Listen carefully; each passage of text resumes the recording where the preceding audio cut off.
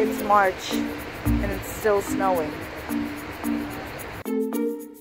What the hell is this?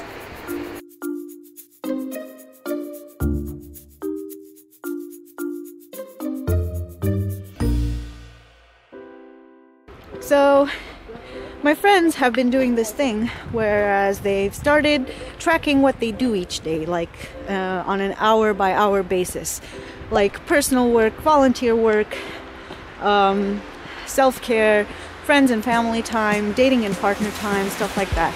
So they've started doing this for like 3 days or something like that. And they've actually convinced me to join in, and we're gonna do it for the entire month, and then at the end of the month we're gonna see how much wasted time we have, how much time we've invested in ourselves, in personal work, stuff like that. I also have access to my friends' spreadsheets, so I see when they sleep and when they eat and when they self-care and when they work, and it's sort of creepy. So what are you doing? Oh, well, I already know what you're doing because I took the liberty of checking out your spreadsheet. In the 2 days that I've tracked so far, I had absolutely no personal work slots in my timeline, so I was kind of eager to do something for myself, sort of learn a new skill or something like that. What I did was I downloaded this plugin for After Effects called Joysticks and Sliders, which I've wanted for a really long time. So Joysticks and Sliders is a really good tool to use when rigging characters. It's a pose-to-pose rigging system, but it has a lot of potential, especially if you combine it with other plugins like Rubber Hose and Duik and stuff like that. So I said, hey, okay, I'm just gonna draw up a really simple character really quick and play around with this plugin and see what it can do. And what's simpler than a pigeon, am I right? Okay, I'm sorry, that was uncalled for.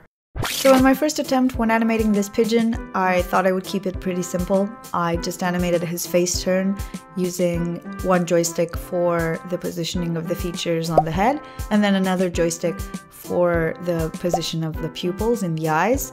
So basically what I had was two joysticks that controlled the direction that he was looking at and also the direction that his face was pointing at.